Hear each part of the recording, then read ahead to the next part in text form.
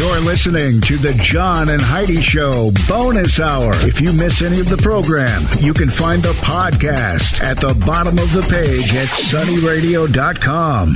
Give yourself a little credit. I've been telling you about BetterCreditCards.com for a few years now. I'd love for you to take a few minutes today to check out the website. Who knows? You might find a better credit card, one that offers a better rate, or a credit card that offers cash back, airline miles, or other points and perks that can help you. Check it out now.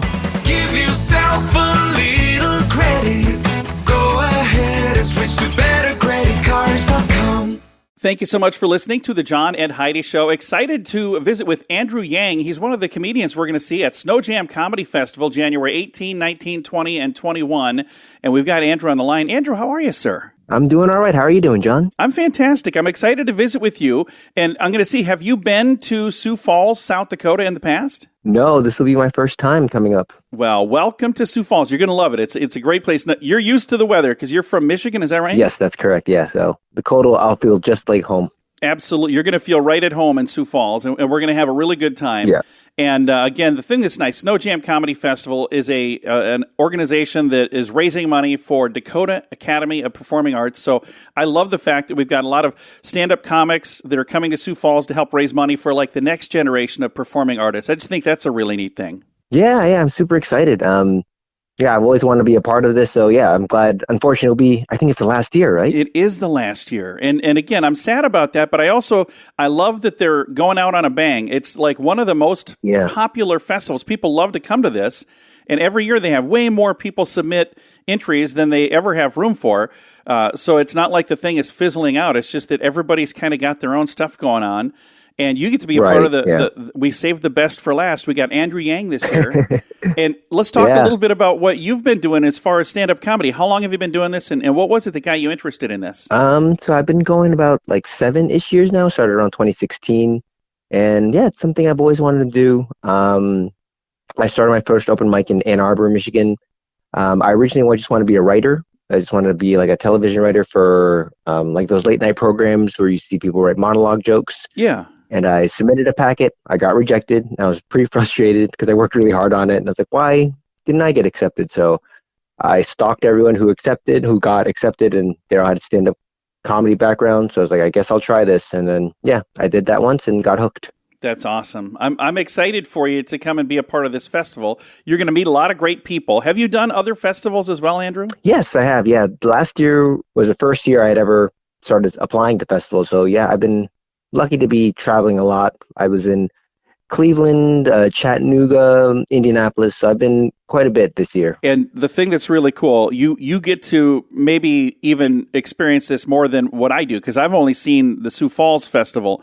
But when all of these people get together from all different parts of the country, wonderful connections are made and some really neat collaborations happen. And I just think it's kind of a magical thing that happens at a comedy festival. Yeah, it does feel a lot like summer camp, where you're just like all together in like the same place and just become good friends. Like I have real close friends that I've only hung out with like 3 days out of the whole year, but like we're going to be friends for life now. Absolutely. And for folks who have not had a chance to hear Andrew Yang do stand-up comedy, what kind of comedy do you do? Is there somebody that people compare you to at all? I guess when I first started, I just did a complete ripoff of John Mulaney. So, but hopefully if I pivoted away from that.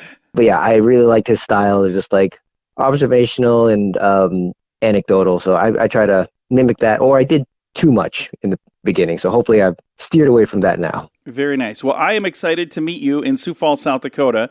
And again, thank you for joining us at the Snow Jam Comedy Festival, and thank you for your time today. Yeah, of course. Thanks for having me, and I'll see everyone soon. Again, Andrew Yang, one of the 30 comics who will be here. There's a bunch of comedians, and there's a bunch of sponsors and a bunch of volunteers that make this happen, and we need you to come out and sit in those seats and enjoy it. And every year, these performances sell out, and this being the final year, they're absolutely going to sell out. If you don't have tickets yet, you can get them now at snowjamcomedyfest.com. SNOJAM, Snow Jam Comedy Fest, January 18, 19, 20, and 21 in Sioux Falls, South Dakota. Again, you can get your tickets right now at snowjamcomedyfest.com. Insurance. It's important to have insurance, but it's more important to have the right insurance. After all, if you're not covered, it's like not even having insurance. Make sure you're covered for whatever claim might come your way with InsuranceChicken.com, helping you peck out great insurance deals in your area. You need insurance on your car anyway. Why not get great rates for great insurance from InsuranceChicken.com? That's InsuranceChicken.com. Thank you for listening to the John and Heidi Show. Excited to visit right now with Dr. Dan from Sioux Falls Hypnosis. Hello, sir. How are you? How are you? Thanks for having me in. I'm glad that you're here. I'm excited to chat with you because today we're going to talk about something that we've kind of touched on a little bit the last couple of weeks. But this time of year, there are a lot of people who make a resolution to quit smoking. That's one of the big ones. Yep. And I can tell you, my mother did that for years. She would make the resolution to quit smoking. And then, I don't know, it was maybe 15 years ago, she gave up smoking for Lent. Yeah. And she just never started again. So she actually, after many, many, many years of smoking, she quit. And I was just talking to her not too long ago, and she was saying, I don't miss it at all. I mean, I can't believe it took that long. And the secret to quitting smoking, a lot of people have tried. They've decided they're going to quit, and they try, and then they quit for a while, and they start smoking again. But your mom had done that, but then she got to Lent, and she did it again. And the reason she succeeded is because Lent was important enough to her that when she made the decision to quit smoking, she was actually all in on it. Yeah. The whole Lenten thing had enough leverage on her to change the dynamic. Yeah. And it changed she learned that this other thing was important enough that she could now stick to what she had decided to do. So this is how I talk to people when they come in. Quitting smoking starts with a decision. All right? And you have to be all in on it. Did you ever see Karate Kid? Oh, yeah. The first one? Yeah. Okay. So do you remember that scene where, so Daniel, he has to learn karate now, right? Because he's got to go fight in this tournament because it's the only way those boys aren't going to beat him up every day for the rest of the school year. Yeah. So he rides his bike and he arrives at Mr. Miyagi's house. It's that scene where he has to wash and wax all the cars. Wax on, wax off. Right. And he's walking up to the house and you see Mr. Miyagi walking out with that bucket of water. Yeah. And he walks up there and he looks at Daniel and he says, "Are you ready to learn karate?" And Daniel says, I think so, or I guess so, one of the two. And you see Mr. Miyagi stop, and he puts that bucket down, and he squats down over that bucket, and he says, "First make sacred pact. I promise teach karate. You promise learn." Yeah. Teacher say, student do. He said, learning karate is like walking on the road. If you walk on the right side, you're safe. If you walk on the left side, you're safe. If you walk in the middle, pretty soon you get the squish, just like grape. Yeah. You karate do same. You karate do yes, or you karate do no. You karate do guess so. I'll try. I'll do my best.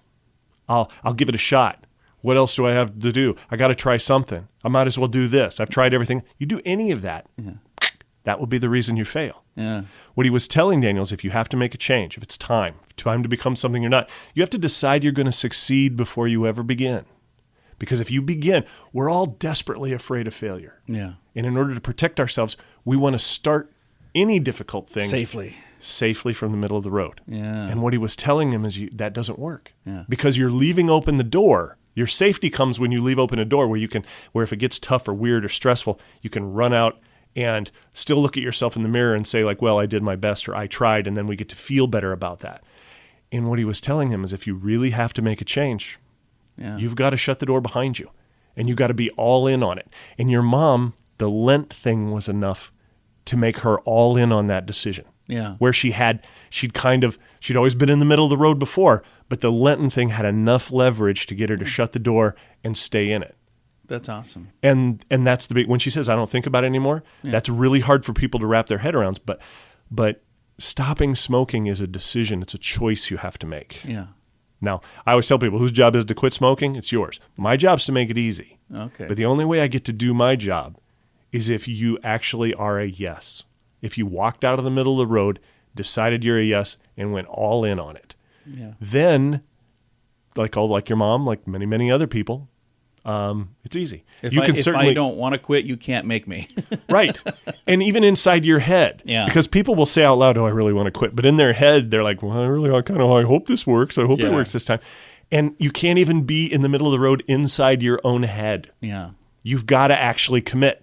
You've got to be outside the safety zone and have made a decision for yourself and be all in on it. I should have asked this before we got this far down the road, but does this same thing apply when it comes to, like, I know it's a newer technology, the vaping? Anything, Is that the same? Like same thing. If I'm trying to quit vaping, it's the same as trying to quit smoking? Yep. It's all the same thing. I was going to say, I kind of chewing figured that. is as well. It's yeah. Any substance like that in that genre, and really anything that you're drinking, eating, whatever that you would like to stop, change, the same logic applies. Okay. It is a decision. The problem is that most people, most smokers, most vapors, I don't know, maybe I'm drinking too much pop or whatever people will say, are running around the world trying to find the pill, the plan, the person, the patch that's going to do the heavy lifting for them. A magic pill. That's all we need. Well, they want something that will take on the heavy lifting, so they don't ever have to kind of decide they're a yes. They don't ever actually have to commit, because remember, then we're not in a safe place anymore. We could actually fail now. Yeah. And so the risk is higher, and they're looking for something that will take away that risk. And so my job is to help you actually make that decision and realize that you can do it safely and be okay. I mean, one of the things you can do is you can go to my website, SiouxFallsHypnosis.com, and I've got, there's a link there to my YouTube page. And you can go see, I have break it up into playlists. You can see people come and quit smoking all the time. They're happy to tell you how it went for them. Nice. And you'll hear a lot, well, I realized it was just a choice. Yeah. And as soon as people do that and they go all in on it, everything becomes easy. If somebody listening would like to make that choice, what is the best way for them to connect with you? You certainly can go to my website, SiouxFallsHypnosis.com, or you can reach me directly at 605-702-6691. Happy to talk to anyone. Very nice. Thank you, sir. Thank you. Again, SiouxFallsHypnosis.com, and I'll throw a link to that at Facebook.com/SunnyRadio and Facebook.com/Sioux Falls News. What could you do with an extra $129 a month? In this economy, every penny counts. So an extra $129 each month would absolutely help. Well, 97% of us have a cell phone, and the average person pays $144 a month. Mint Mobile can help you save a mint. At just $15 a month, that's an average savings of $129 each month. It's time for a Mintervention. Switch and save today. Get this special offer at Mintervention.com. That's Mintervention.com.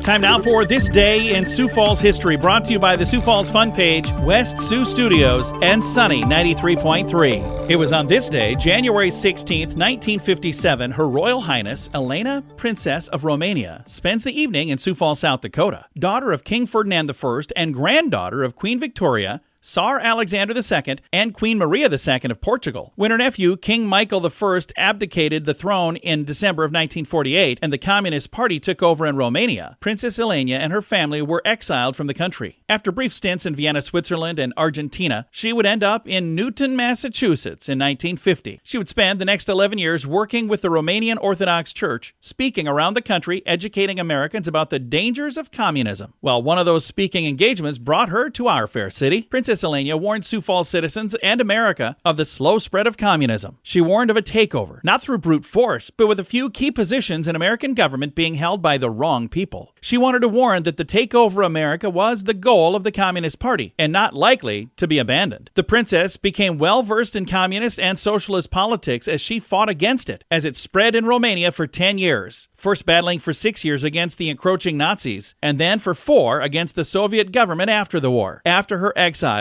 Elena also spent 2 years in Argentina during the liberal presidency of Juan Perón. Princess Elena would retire from speaking and would become part of the Orthodox monastery of the Transfiguration in Pennsylvania, eventually becoming Mother Superior. She would remain at the monastery until her death in 1991.